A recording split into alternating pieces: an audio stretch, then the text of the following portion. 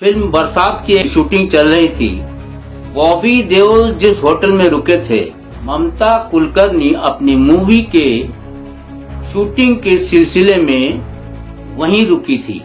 उसी होटल में मिथुन चक्रवर्ती भी रुके थे। बॉबी देओल ने जब ममता कुलकर्णी को देखा तो उसके खूबसूरती के दीवाने हो गए। मिथुन चक्रवर्ती ने ही बॉबी देओल से ममता कुलकर्णी की जान पहचान करवाई थी। क्या खूबसूरती थी ममता कुलकर्णी की।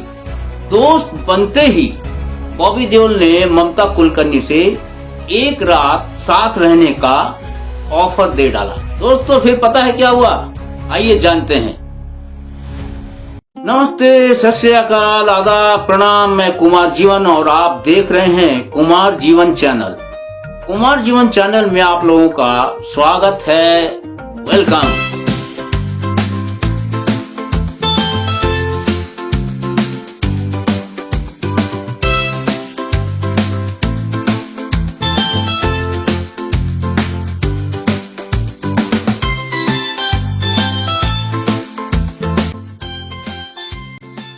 ममता कुलकर्णी का जन्म मुंबई के एक मराठी मध्यवर्गीय परिवार में 20 अप्रैल 1972 को हुआ था।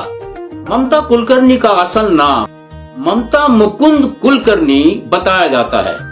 कुछ लोग बताते हैं बॉलीवुड में आने से पहले ममता कुलकर्णी का नाम पद्मावती हुआ करता था। उनकी दो बहनें हैं, मिथिला और मोलिना। शुरू से ही ममता की मां का झुकाव आध्यात्म के तरफ था। ऐसे कह सकते हैं कि वो एक आध्यात्मिक महिला रही। काफी पूजा पाठ किया करती थी। ममता को भी धर्म के प्रति काफी जुड़ाव रहा। ममता के बचपन की पढ़ाई Saint Joseph International School Versova से की है। एक इंटरव्यू में ममता कुलकर्णी ने ये भी कहा था कि मैं अभिनेत्री नहीं बनना चाहती थी। हालांकि वो ये चाहती थी कि वो मतलब ममता कुलकर्णी कुछ अलग करें। ममता कुलकर्णी के मां का विचार आध्यात्मिक तो था, फिर भी उनकी मां का झुकाव अभिनेत्री के तरफ भी हुआ था। वो एक एक्ट्रेस बनना चाहती थी और उन्होंने ही ममता को फिल्म इंडस्ट्री में आगे बढ़ने की प्रेरणा दी। ममता ने अपनी करियर की शुरुआत बॉलीवुड से नहीं बल्कि साउथ के फिल्मों से की है। 1991 में तमिल फिल्म नन्बर्गल से ममता ने अपने फिल्म करियर का डेब्यू किया था, जो एक सुपरहिट फिल्म रही थी और इस फिल्म को जबरदस्त सफलता मिली थी। उसके बाद ममता कुलकर्णी ने एक तेलुगु फिल्म प्रेम शिखाराम में काम करके टॉलीवुड में कदम रखा था और वो साल था 1992। यहाँ तक कि कन्नड़ सिनेमा में भी ममता कुलकर्णी ने काम किया था। फिल्म का नाम था विष्णु विजया दोस्तों, और वो साल था 1993 और ये फिल्म भी एक बड़ी हिट फिल्म साबित हुई थी। धीरे धीरे बॉलीवुड में ममता ने अपना पैर जमाया और बॉलीवुड में मेरा दिल तेरे लिए नाम के एक फिल्म से अपना डेब्यू किया। लेकिन दोस्तों इस फिल्म में कोई खास सफलता नहीं मिली थी। ममता कुलकर्णी को अपनी असली पहचान फिल्म तिरंगा से मिला।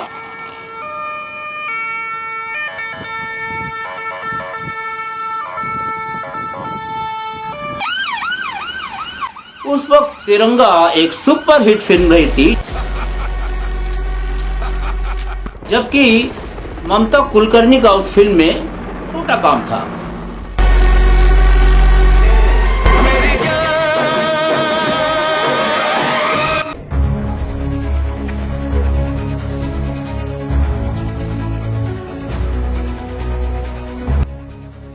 लेकिन दोस्तों इस फिल्म के बाद ममता कुलकर्णी दर्शकों के दिल में बस गई।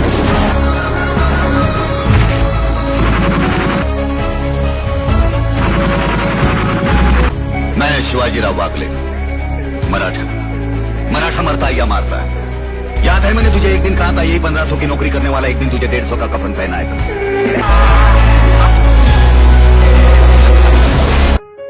और फिर करण अर्जुन, वक्त हमारा है, सबा काश्मीरी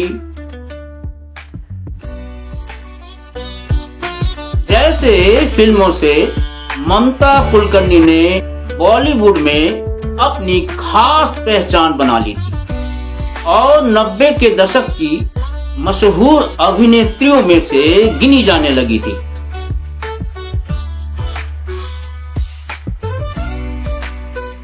उसके बाद ममता ने कभी पीछे मुड़ के नहीं देखा।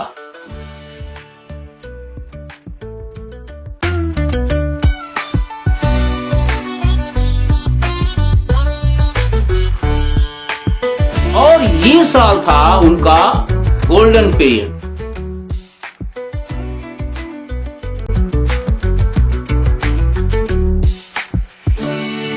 और फिल्में थी क्रांतिवीर, सबसे बड़ा खिलाड़ी, बाजी, घातक, चाइना गेट। और फिर 2002 में एक फिल्म आई थी, कभी हम कभी तुम। और इस फिल्म के बाद ममता ने बॉलीवुड को अलविदा कह दिया। दोस्तों यूं कहिए कि बॉलीवुड को अलविदा कहना पड़ा। इसके पीछे क्या कारण है आगे बताऊंगा फुल स्टोरी। ममता कुलकर्णी जब अपने करियर के बिल्कुल चरम पे थी तो बहुत सारे विवादों से घिर गई थी। ममता ने श्रीदेवी और रेखा को भी कॉस्मेटिक ब्यूटीज कह दिया था। एक वाकया हुआ था जब करण अर्जुन के सेट पे शूटिंग चल रही थी तो किसी बात पे सलमान खान और शाहरुख खान दोनों को ममता कुलकर्णी ने डांट दिया था। मॉरिशस में एक पार्टी के दौरान अमीषा पटेल से उनकी तीखी बहस हो गई थी। ममता कुलकर्णी ने अमीषा पे तंज कसते हुए ये कहा था कि आपको हेयर ऑयल एड के 1 लाख रुपए मिलते हैं जबकि मुझे उसी एड के 15 लाख रुपए मिलते हैं। दोस्तों ये IB टाइम्स की रिपोर्ट है। और एक वाकया तब हुआ था, ममता ने अपने एक इंटरव्यू में बताया कि बरसात की शूटिंग चल रही थी और बॉबी देओल एक होटल में रुके थे। वहीं ममता कुलकर्णी अपने मूवी के शूटिंग के सिलसिले में रुकी थी, उसी होटल में रुकी थी।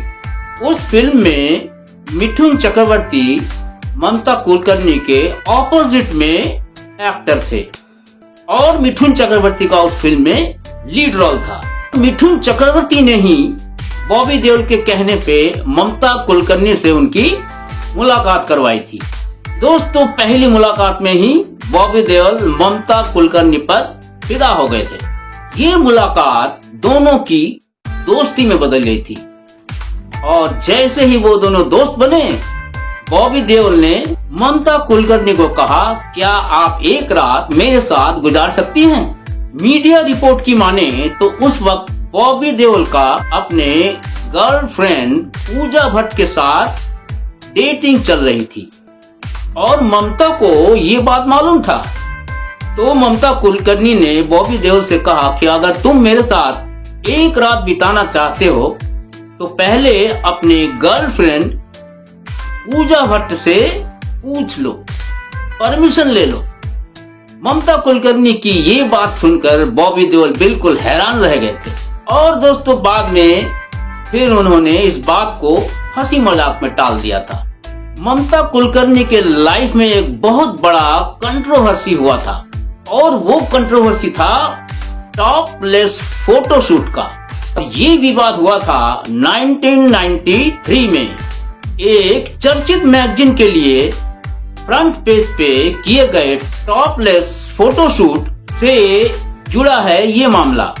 बॉलीवुड लाइफ के रिपोर्ट के मुताबिक इस फोटोशूट जब हो गई तो जब फ्रंट पेज पे ममता की टॉपलेस फोटो छपी तो लोगों ने इस फोटोशूट का जमकर विरोध किया था और ये भी कहा जाता है कि ये तस्वीरें ये किताब ब्लैक में बिकी थी उस वक्त। विवाद इतना बढ़ गया था कि ममता कुलकर्णी को 15,000 रुपए जुर्माना भरना पड़ा था।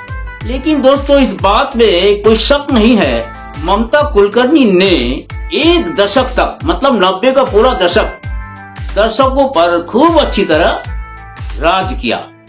ये फोटोशूट उन दिनों एक बड़ा विवाद बन के सामने आया था।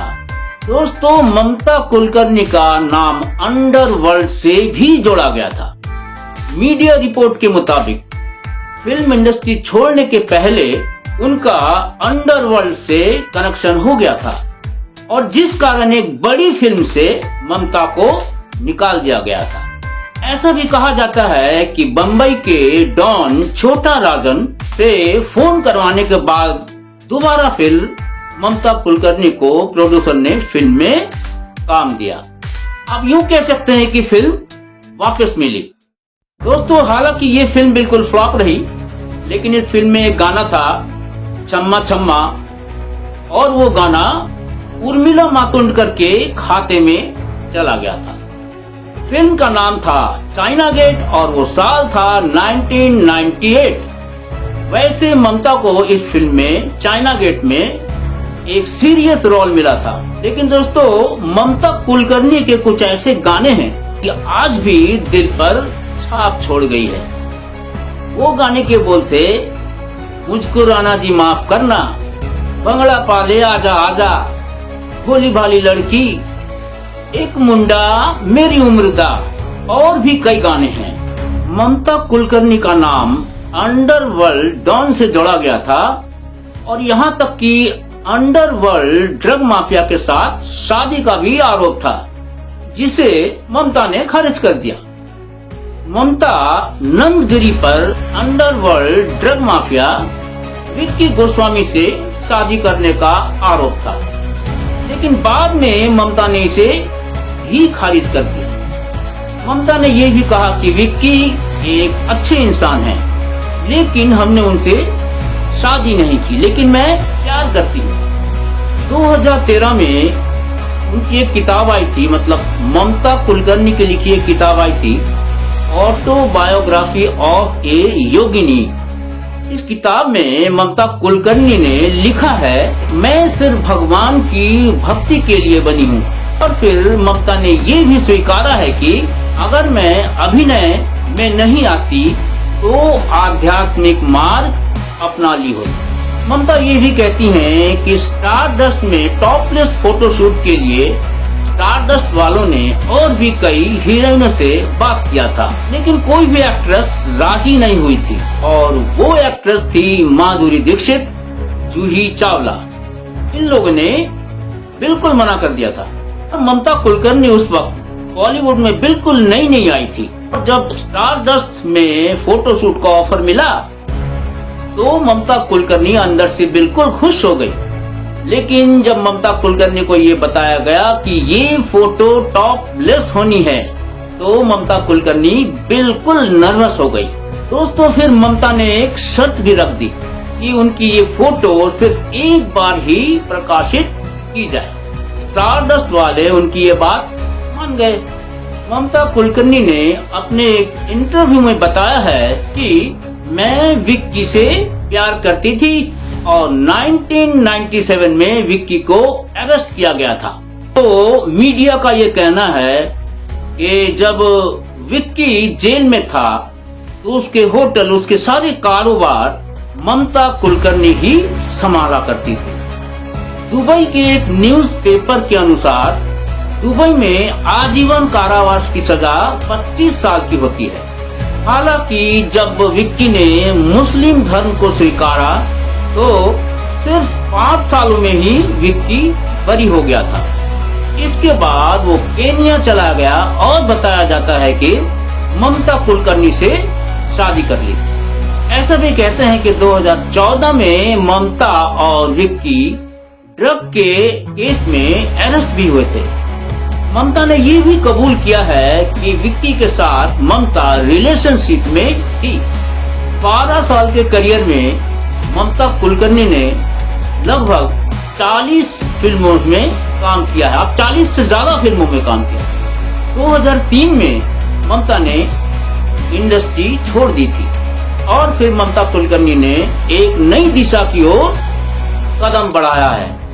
ड्रग माफिया के संबंधों में और कई विवादों में नाम आने वाली ममता ने अब किन्नर अखाड़े में महात्मा बनने का रास्ता चुना है। महाकुंभ में किन्नर अखाड़े में संन्यास लेने के बाद ममता कुलकर्णी को महामंडलेश्वर के पद पर नियुक्त किया गया था। यह आप सभी जानते हैं, ये समाचार में भी खूब आया था। लेकिन इसके बाद कई विवाद उठे और किन्नर अखाड़े के संस्थापक ऋषि अजय दास ने ममता कुलकर्णी को इस पद से हटा दिया। दोस्तों, अखाड़े से बाहर का रास्ता भी दिखा दिया है। कहा जा रहा है कि उनकी दागदार इमेज और विवादों की वजह से ऐसा निर्णय किया गया है। एक ऑनलाइन इंटरव्यू में बॉलीवुड को विदा कहने की वजह ममता कुलकर्णी ने यह बताया है कि कुछ लोग दुनिया में कामों के लिए पैदा होते हैं, मतलब काम करने के लिए पैदा होते हैं, जबकि कुछ लोग ईश्वर के लिए पैदा होते हैं। ये उनका कहना है, मैं नहीं कह रहा हूँ। कहती है, मैं भी ईश्वर के लिए पैदा हुई हूँ। ममता ने और भी कहा कि क्या घी को फिर से दूध बनाना मुमकिन है? ऐसा ममता कुलकर्णी ने अपने इंटरव्यू में कहा। ममता कुलकर्णी ने और कहा कि मैं बॉलीवुड को छोड़कर ईश्वर के ध्यान में लग गई हूँ और मैंने ईश्वर को अपने ध्यान में लगा लिया है। अब मेरा मन बिल्कुल ये नहीं करता कि मैं दोबारा ग्लैमर की दुनिया में जाऊं। दोस्तों, ये मेरा विचार नहीं है, ये ममता कुलकर्णी जी ने कहा है, जो मैं आपको बता रहा हूँ। बाकी दोस्तों, आप सभी समझदार हैं। एक कहावत आप लोगों ने सुनी होगी, 100 चूहे खाके बिल्ली चले हज करने। नमस्कार।